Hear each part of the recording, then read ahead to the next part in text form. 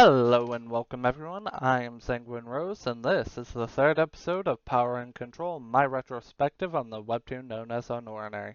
Last time John nearly died to Doc, the school physician, we properly met Seraphina, and Gray went straight for round 2 with John before getting his butt kicked straight out of the story. Then we had some boba as John explained the major theme of the story in an angry rant while the news reported on a mysterious group known as Ember. What will happen this time? No better way to find out than to just dive right in. Chapter 7 starts with a flashback to John's first day of school. He gets introduced to his classmates and they immediately get down to business, asking him what his ability is, how strong he is, so on and so forth.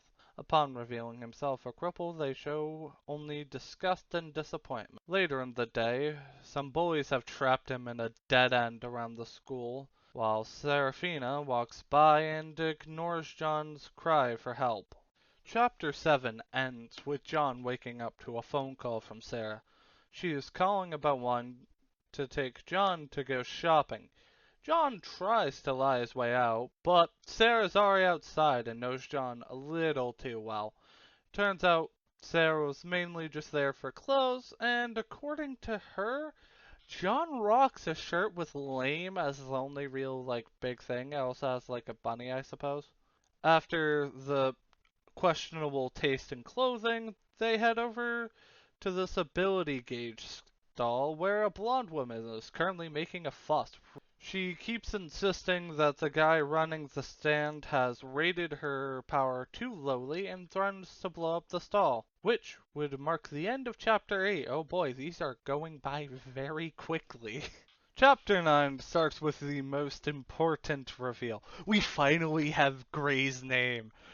Alright, for context, throughout the rest of the series, we will get these little stat charts for characters showing us their name, ability, and their parameters, as well as a general level.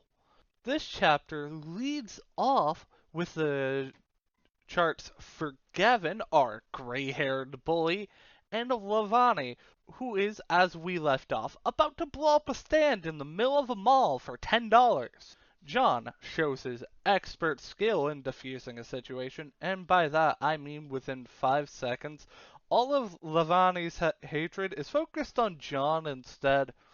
John once again shows that he got a degree from the Sherlock Combat School and that it's worth its weight in gold, quickly realizing just how badly he is about to get beaten up by this random Karen. Of course, John has a plan, and after goading Lavani further, he yells out that she is threatening to blow up the mall, to which a nearby security guard responds, getting her to calm down and threatens to kick out the booth man as well as get Lavani back her money. The booth man, thankful for the save from John, offers them a free reading of their ability and is shocked to see how powerful Sarah is.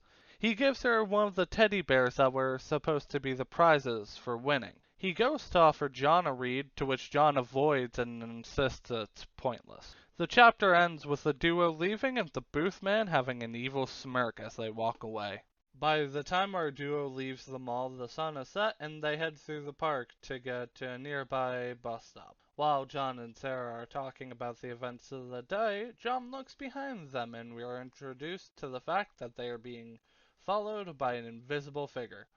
John, through some means, notices the invisible stalker and breaks into a run. Rounding a corner, John throws the lame shirt he tried on earlier into the air, which lands atop the invisible man. Here we get to see Sarah use her ability for the first time, and it appears to be time manipulation. I say manipulation over time stop, since as of right now we don't know whether she is accelerating her own time or slowing other people's time. Whichever it is, we see Sarah launch the invisible person away with a kick, and they both agree to leave and run away from whatever just happened.